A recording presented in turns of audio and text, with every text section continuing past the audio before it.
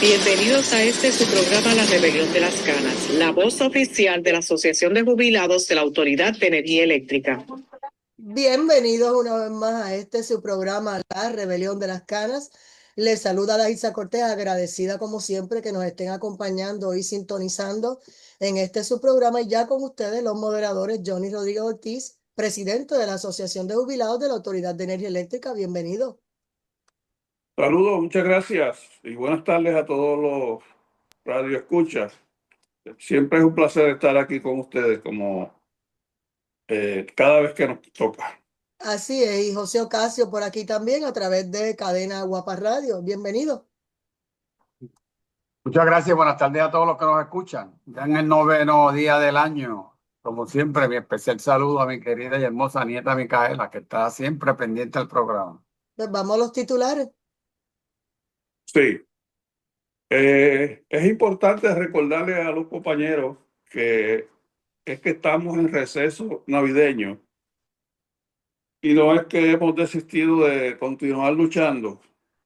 Y decirle que el próximo 21 de este mes de enero regresamos a las 10 de la mañana frente a la Junta de Control Fiscal, porque por lo que vemos, las situaciones con relación a dinero para nuestras pensiones, el futuro de la autoridad y la continuidad del servicio, todo eso está en veremos, porque no dejan de pelear las partes supuestamente interesadas y se han olvidado del pueblo.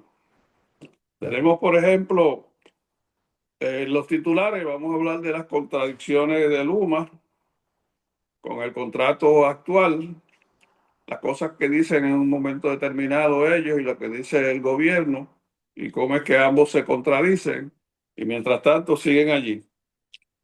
Genera va aparentemente a crear nuevamente las condiciones para establecer una situación de espera y temor para lo que suceda en los meses pico de este año, como hicieron el año pasado, para reclamar después logro.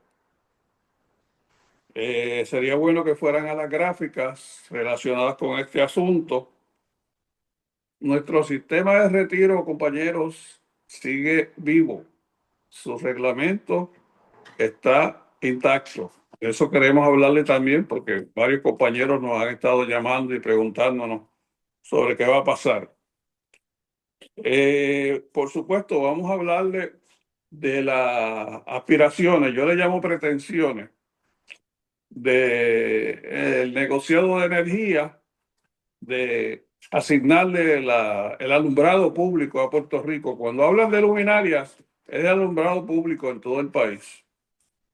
Y terminaremos con una breve historia sobre la ley PURPA y cómo es que Ecoeléctrica se instaló y cómo es, si alguien sabe, que AES sigue bajo el mismo estatuto y no vemos ninguna acción relacionada con esa ley.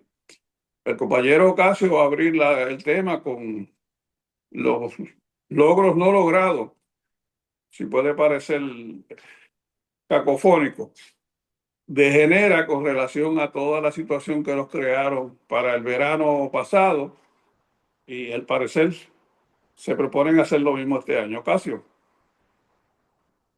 Sí, cómo no, muy buenas tardes nuevamente.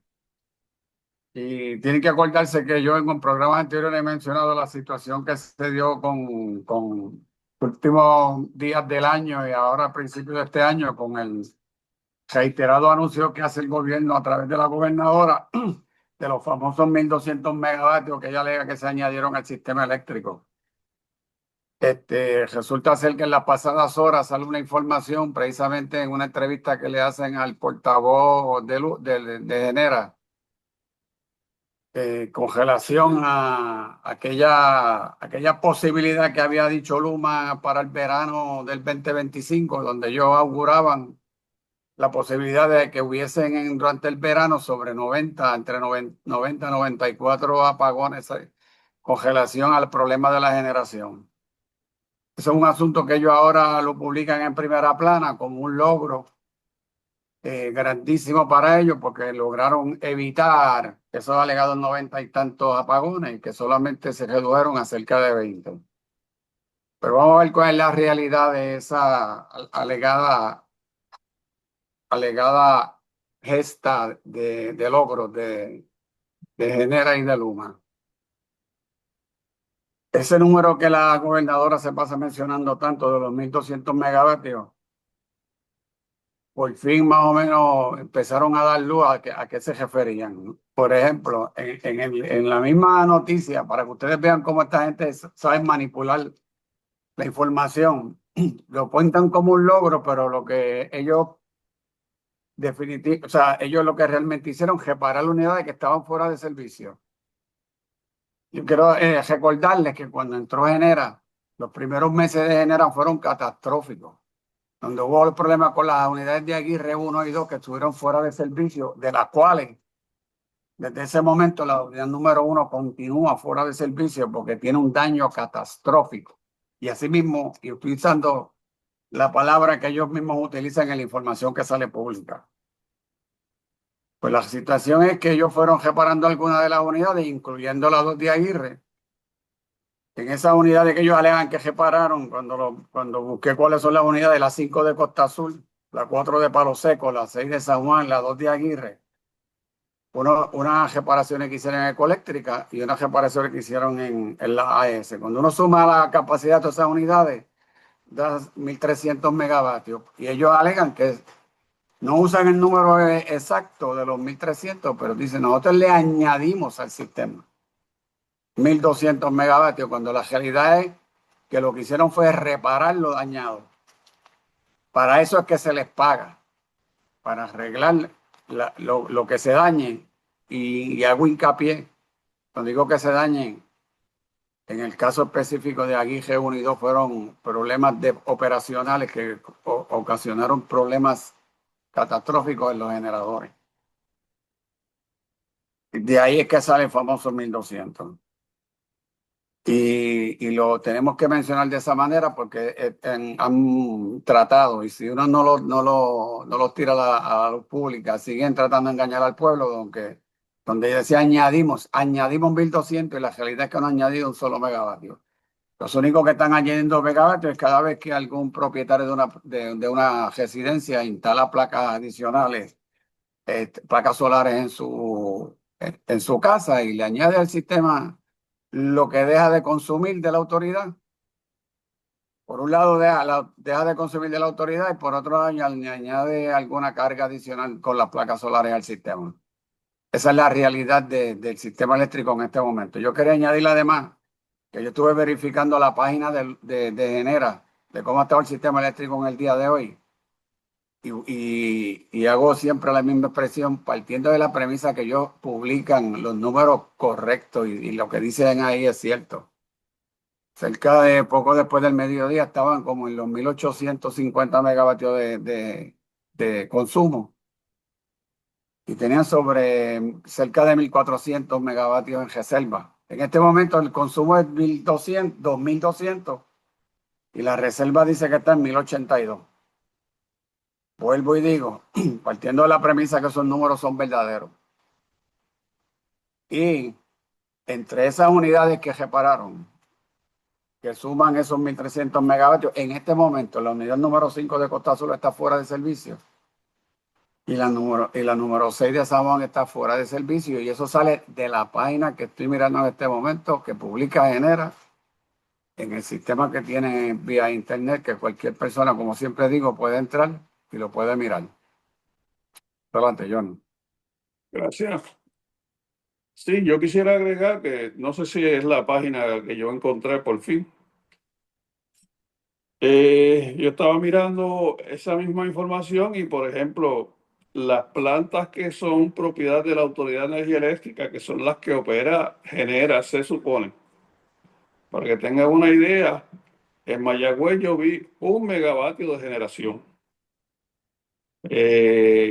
Como ejemplo, en Palos Secos no llegaba a 200 megavatios.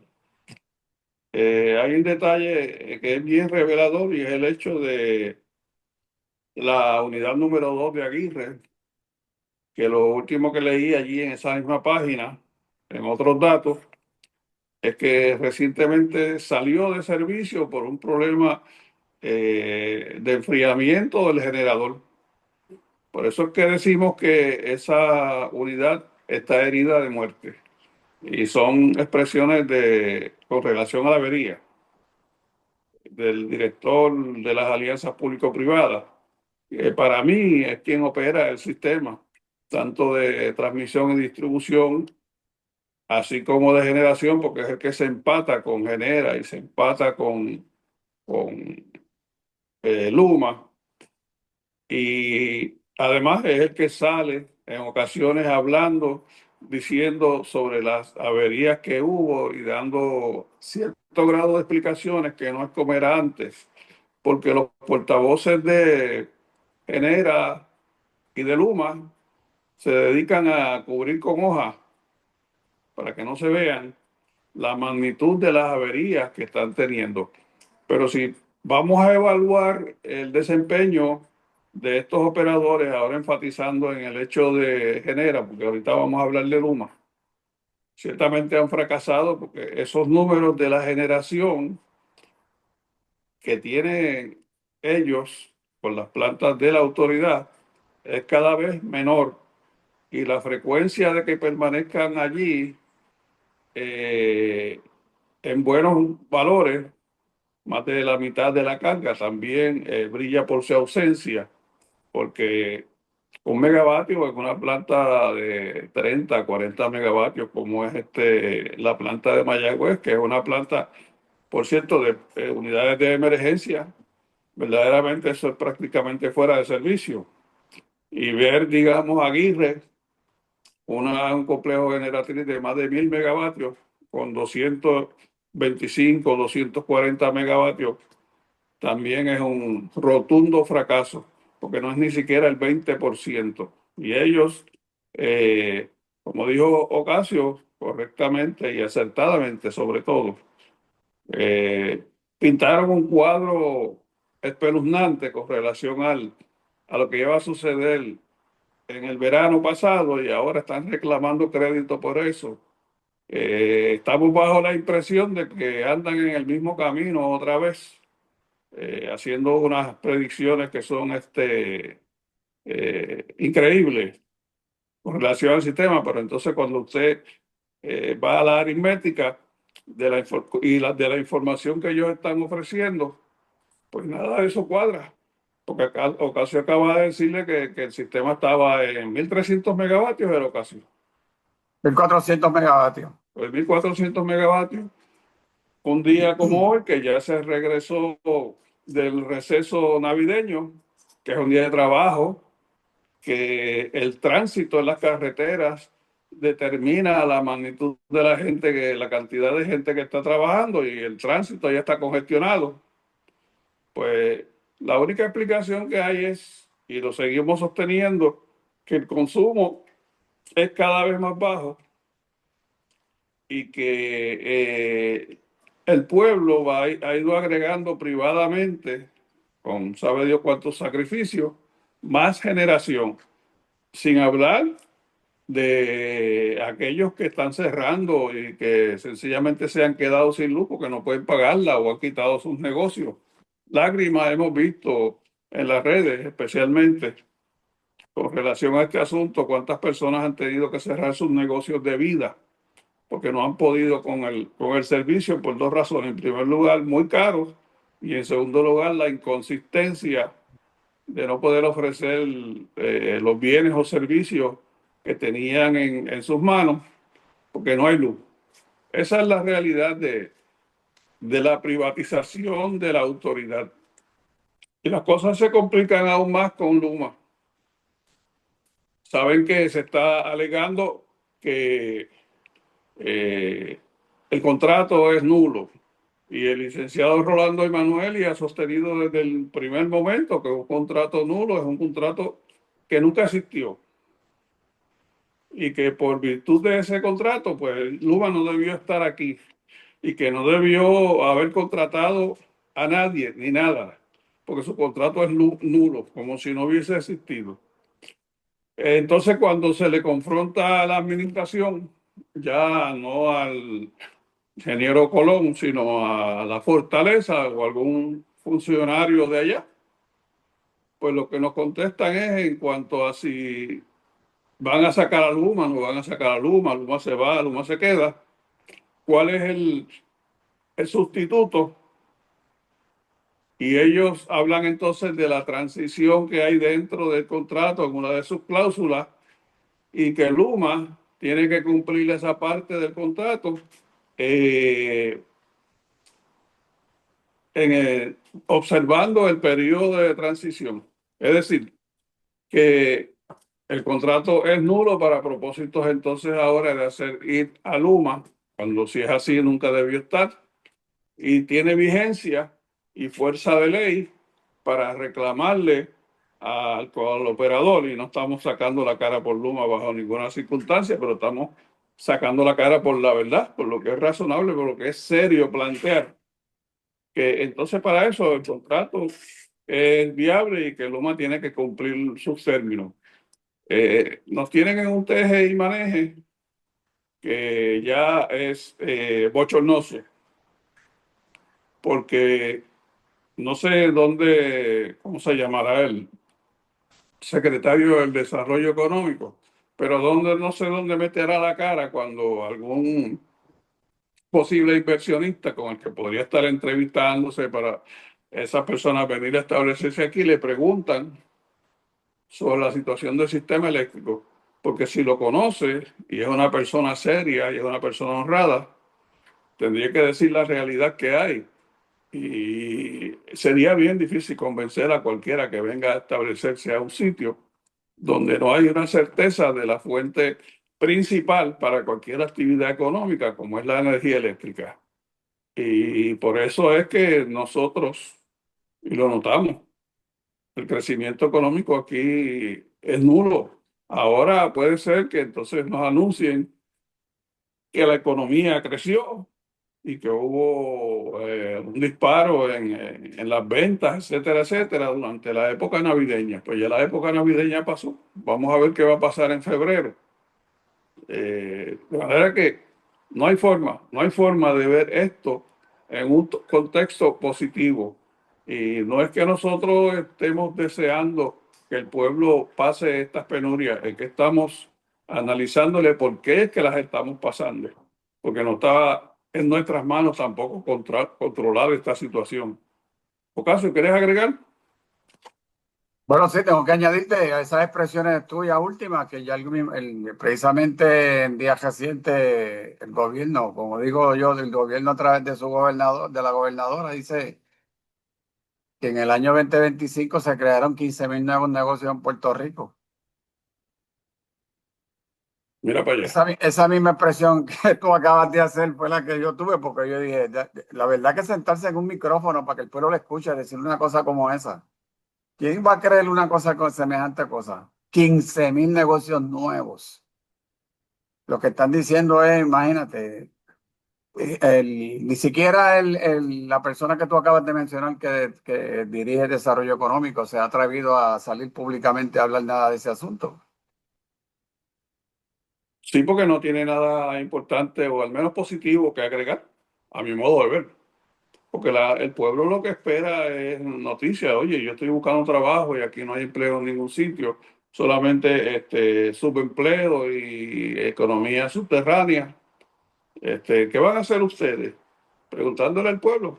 Esto no sé, pero corre la misma suerte de las carreteras, que lo hemos mencionado en ocasiones anteriores, que hay 3 reparaciones en las principales autopistas en Puerto Rico que están compitiendo por cuál de las 3 se tarda más en las reparaciones, porque todas están sobre los 5 años. Y estamos hablando de la autopista 52 entre Salinas y Calley. Estamos hablando del bypass en Ponce, desde el peaje hasta la salida de la carretera número 1. Y estamos hablando de la carretera número 2 entre Sabana Grande y Guánica o Yauco, según sea la ruta que usted lleva. Esa es la competencia que hay. Sin mencionar el derrumbe que hay allá en la autopista 52, en el kilómetro 50, que ya va para 4 años y todavía eso no se ha resuelto. Pues estamos en una competencia de tortuga, si se le pudiera llamar a esto así. Pero las cosas todavía se siguen complicando. Todos tenemos conocimiento, o al menos los que vemos las noticias, de cuál es la crisis económica por la que atraviesan los municipios. A pesar de que celebran fiestas y hacen encendidos navideños y hacen tantas cosas que no nos explicamos de dónde sacan dinero, pero lo hacen. Y los municipios siempre han estado ávidos, o al menos los alcaldes, por hacerse cargo del servicio a las escuelas. Y aquello fue un debate hace unos cuantos años atrás, bastante intenso. Y no nos explicábamos cómo era posible que si un municipio no puede ofrecer servicios X o Y a sus ciudadanos, podría entonces también encargarse de unas escuelas, las escuelas públicas, como sucede precisamente en los Estados Unidos, en los condados, que las escuelas son manejadas por los condados. Aquí es otro modelo. Y ahora lo que está de moda es la discusión en cuanto a si es posible que los municipios se hicieran cargo del alumbrado público. Ahora le llaman luminarias, pero estamos hablando del alumbrado público. Y eso, a mi modo de ver, es aberrante, es un disparate, porque para hacer esos trabajos de la reposición del alumbrado, no solamente es cuestión de cambiar una bombilla trepada con un canasto. Se necesita equipo, se necesita personal técnico que tenga las destrezas, que haya aprendido a hacer ese trabajo. Y yo no veo en los municipios una plantilla de personal de esa índole, más allá de aquel invento que hizo el alcalde de San Sebastián cuando el huracán María, que le llamó Pepino Power. Y después vino el señor Georgie Navarro y le puso Georgie Power a su embeleco también. Y aquello no duró ni un respiro. Y entonces ahora vemos los alcaldes inmersos en ese proyecto. Pero no se han puesto a pensar que si Luma no consigue el dinero necesario en FEMA, los reembolsos, para que se hagan cargo de ese equipo, de su trabajo. En el caso de Luma, ¿cómo es posible que hubiera dinero para que los municipios se pusieran a trabajar en el alumbrado si para empezar no tienen el personal, no tienen el equipo, no tienen el dinero? A no ser que ellos sueñen con que Luma le anticipe los fondos previamente para entonces empezar los trabajos. Y la historia de los municipios es que cuando quebraron, es porque fueron y cogieron el dinero en forma de préstamo, que incluso fueron uno de los principales responsables de la desaparición del Banco de Fomento de Puerto Rico, porque para cualquier cosa hacían un préstamo y lo invertían o lo gastaban o lo botaban y no pagaban. Pero el problema que tenemos aquí ahora es que con la crisis en el sistema de alumbrado público que hay en este país, pues no sería posible que eso sucediera. Y no entiendo cómo es posible que, basado en la experiencia que uno tiene, que el negociado de energía vaya a hacer un estudio relacionado con ese asunto. Porque eso es como irse a hacer un estudio en un río que está seco. Bueno, el río está seco porque no tiene agua, por supuesto. Y es cuestión de esperar que llueva. Y aquí el dinero no va a llover, por lo visto, porque sería todo lo contrario. Y en esta garata, porque utilizo esa palabra con frecuencia, que tiene este operador que se llama Luma, con la Autoridad de Energía Eléctrica, con la gobernadora, con el ingeniero Josué Colón, pues no creo que quepan más espectadores, mucho menos más personas en el ring, que lo que van a hacer es coger más empujones, pero si fuera eso no habría problema. El verdadero problema es donde eh, estriba el futuro del alumbrado público en este país, que muchos accidentes y muchos incidentes de violencia y asaltos y todas esas cosas, acoso, se dan porque no hay alumbrado en los lugares donde debiera haberlo. Incluso hay secciones de avenidas importantes, como por ejemplo la entrada desde Guayanilla a Ponce, desde el Tuque. Ese alumbrado, yo no dejo de verlo con marcada frecuencia, como si fueran Navidades todo el año, prendiendo y apagando todo el tiempo. Lo mismo he observado en Mayagüez, que es el área más o menos por donde yo camino cotidianamente. Y entonces, si los municipios todavía no han logrado asegurarse de un ingreso, como se habla del impuesto al inventario, para poder sobrevivir, pues no entiendo cómo es posible que se lancen en esta empresa también que es tan peligrosa. Ocasio.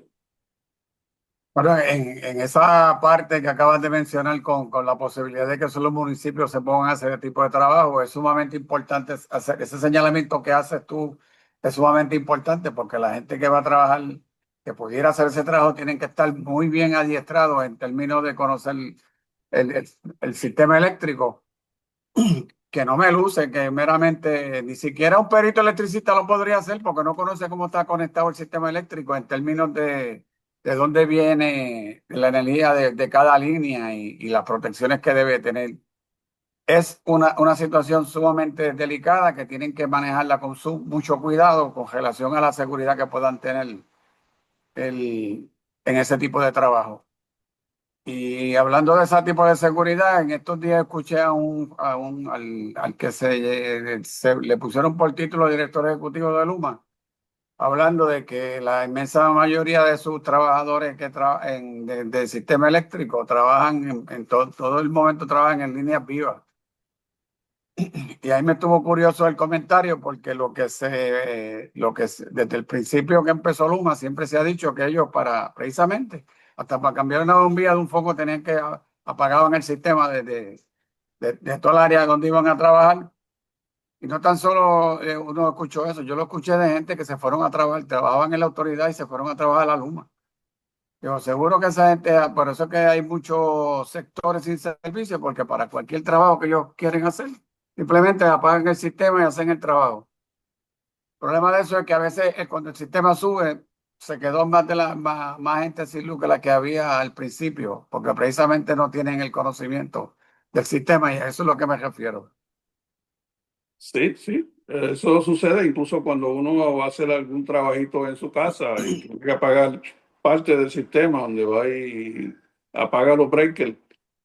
En ocasiones al restituir el servicio se encuentra que el breaker que uno apagó estaba frisado y ahora no quiere cerrar y entonces las cosas se complican.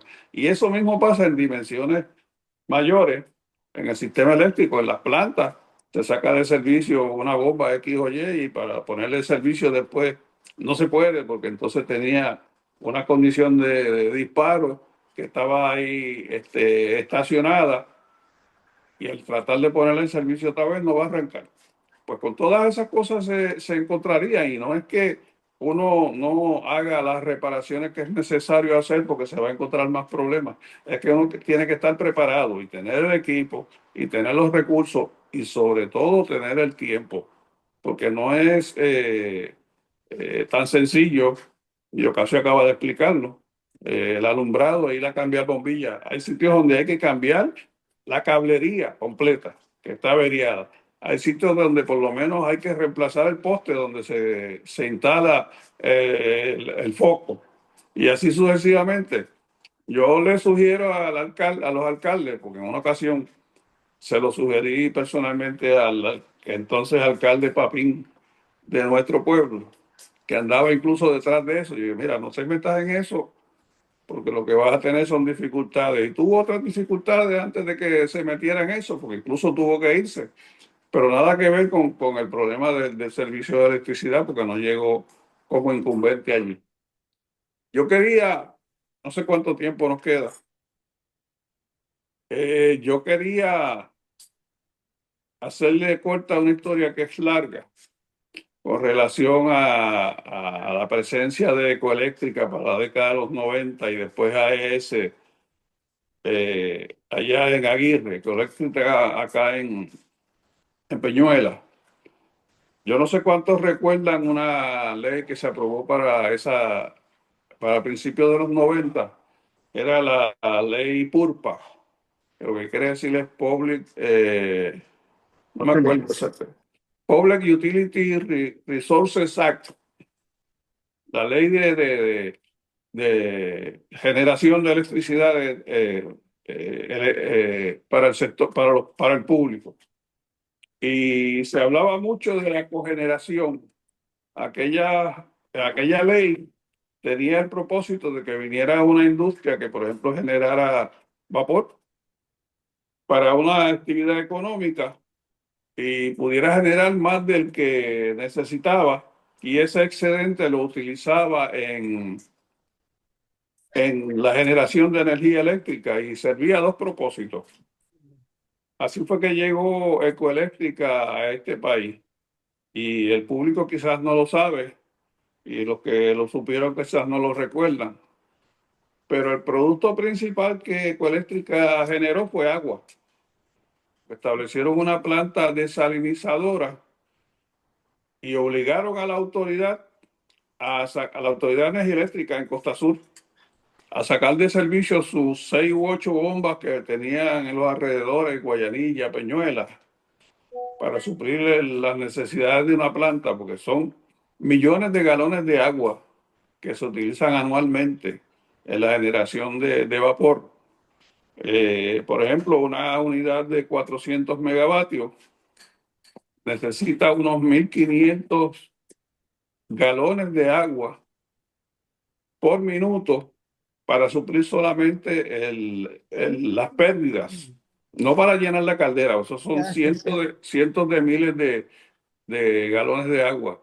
El caso es que se logró un acuerdo donde la planta tuvo que sacar de servicio sus bombas y pagarle $1.81 a Ecoeléctrica por cada 1.000 galones de agua.